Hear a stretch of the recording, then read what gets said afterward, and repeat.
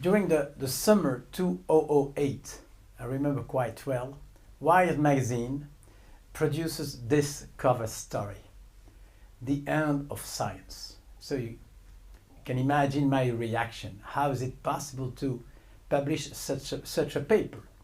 And we go back to the beginning of this lecture about the end of the end of the end of.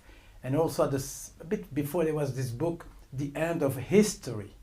The thesis was, now that we have democracy and free market economy, it looks like we reached the end of history. Honestly, I cannot understand how it's possible to write something like the end of. And you can choose, because if you go on Amazon and you just type the end of, you will have hundreds of proposals, like everything is finished. Okay, The End of Science. So Wired is not a stupid magazine. So why did they cover this type of thesis?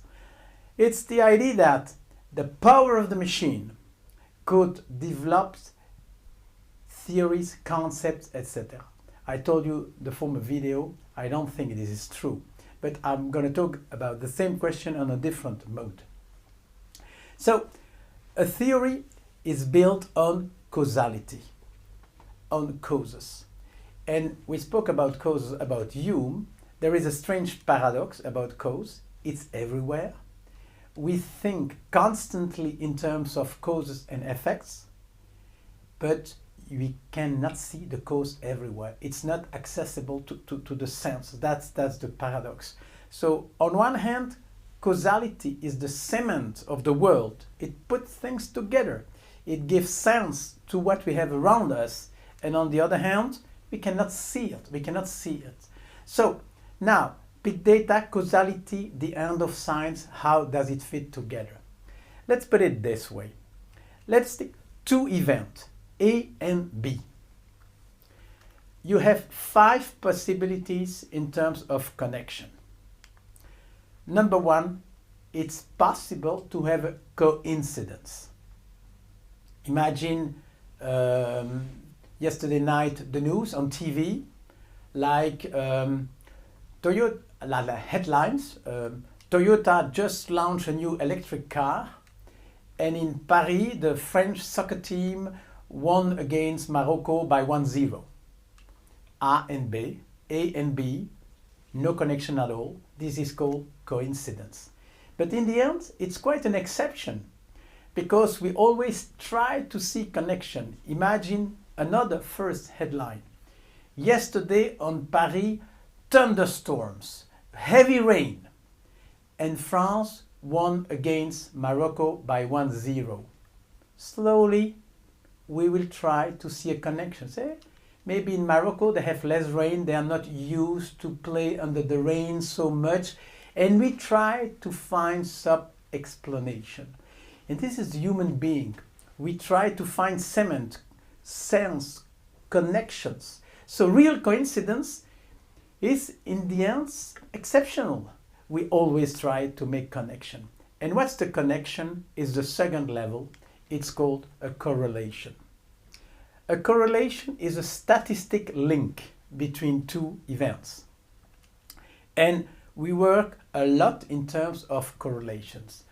For example, unemployment is a huge problem. You can connect statistically with events far away, like apps sold on the iPhone. And you can have a connection, say, if there are more of those apps sold, you can see more unemployment. This is correlation. Correlation. It's statistical link.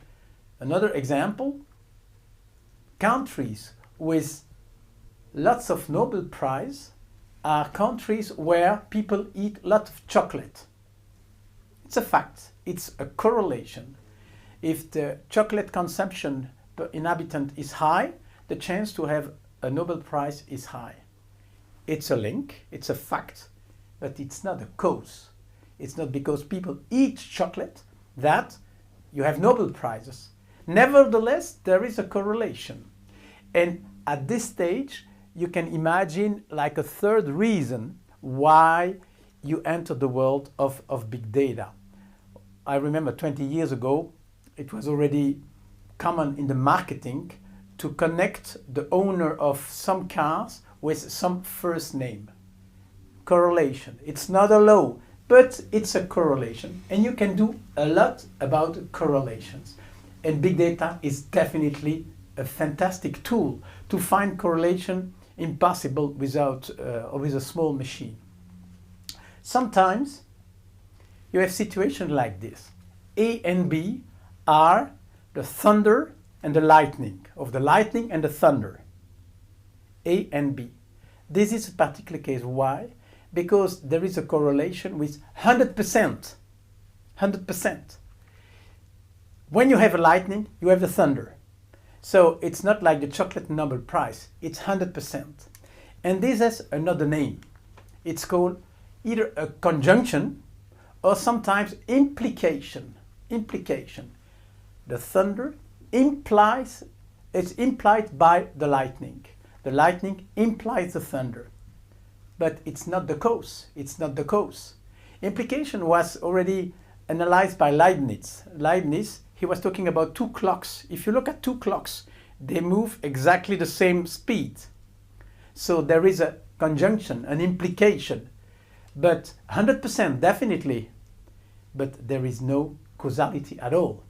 So the first step, coincidence, correlation, conjunction, or implication, are a world where big data can help, and eventually be useful to develop some new theory.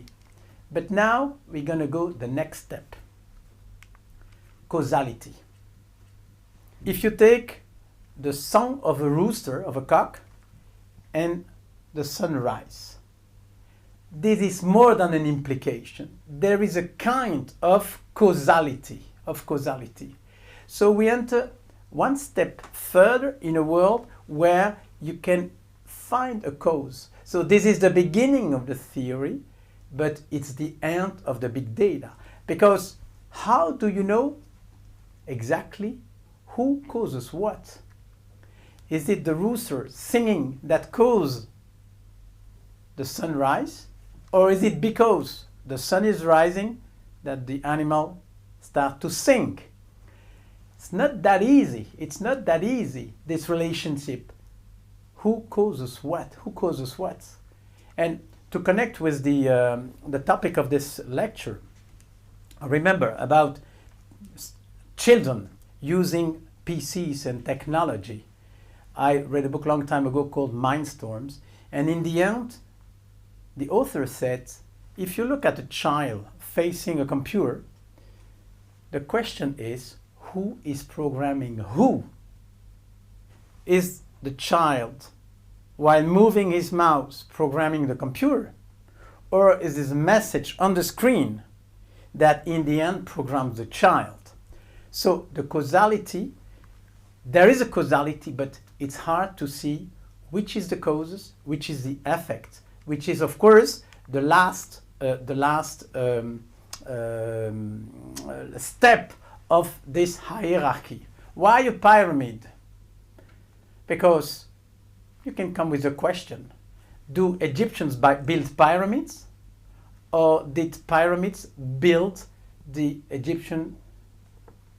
You can answer, both are possible. It's very hard to know the direction of the cause. And of course, and then the ultimate step is which is sufficient and what is necessary. So you have to summarize like 6 levels between A and B. From the coincidence to the end, the cause and the direction of the cause, you have like a sophistication of the theory. I'm convinced big data can help and computer can help up to a certain stage. But the end, and we go back to the former video, to conceptualize, again, it's in your hands.